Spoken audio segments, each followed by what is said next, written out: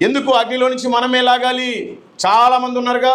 అందుకే వాక్యం చక్కగా సెలవిస్తుంది. మత్తయి సువార్త 9వ అధ్యాయం 37వ వచనం. కోత విస్తారమే కానీ పనివారు కొద్దిగా ఉన్నారు.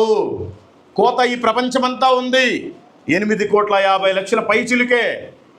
మరి దాంట్లో పనివారు మనమే కొద్ది మందిమే ఉన్నాం. మీరు ఒకసారి గూగుల్లో కొట్టండి, in India how many Christians, పర్సంటేజ్లో వస్తుంది తక్కువ.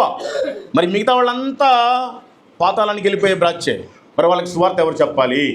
వాళ్ళంతా కాలిపోతున్నారు, వాళ్ళని ఎవరు మనం లాగాలి? దయచేసి మీరు ఆలోచించాలి.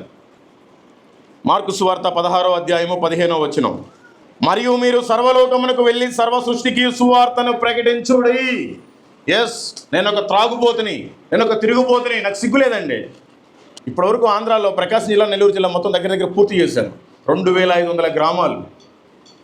ప్రతిరోజు 6 గంటలకు కారేసుకుని వెళ్తాం. సాయంత్రం 6 దాకా ఎవరు కనపడితే వాళ్ళందరికీ సువార్త పత్రికలు ఇచ్చుకుంటూ, కావాలని ఆ ఊరెటు పోద్ది, ఈ ఊరెటు పోద్ది, నువ్వేం చేస్తావు, కావాలని గోకి మరీ సువార్త చెప్పేసి వెళ్ళిపోతాను. సాయంత్రం 6 గంటలు ఎక్కడైందంటే అక్కడ నియర్ బై పెట్రోల్ బంక్లో పడుకుంటాం, అక్కడే వండుకొని తింటాం, అక్కడే బాత్రూంలో స్నానం చేస్తాం.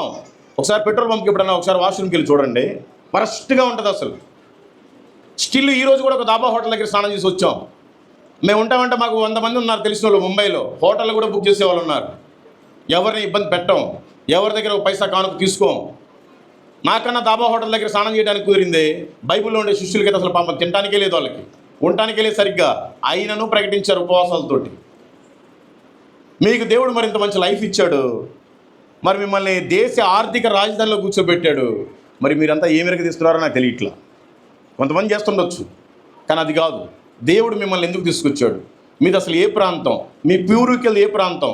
మీ పెద్దలది ఏ ప్రాంతం? అసలు ఎందుకు మీరు ఇక్కడ ఉన్నారు? దేవుడు ఎందుకు పంపించాడు? ఆదివారం ఏదో వచ్చి కాసేపు ఇక్కడ కూర్చొని వెళ్ళిపోవటానికి ఆ దేవుడు మిమ్మల్ని ముంబైలో పెట్టింది? ముంబైలో నశించిపోయే ప్రజలు అనేక మంది ఉన్నారు. పాపం పీటరైపోతుంది. వాళ్ళందరికీ మీరు ఏమైనా సువార్త చెప్తారేమోనని ముందుగానే మీ పెద్దవాళ్ళని ఇక్కడికి పంపించాడు. మిమ్మల్ని కూడా రకరకాల జాబులు ఇచ్చి పంపించాడు. ఆ పని మర్చిపోయారు. మీ ఇష్టానుసారం మీ పనులు చేసుకుంటున్నారు. మీ పని చేసుకుంటే ఆశీర్వాదం ఉండదు మీకు, తెలుసుకోండి. లేకపోతే చాలా కష్టం.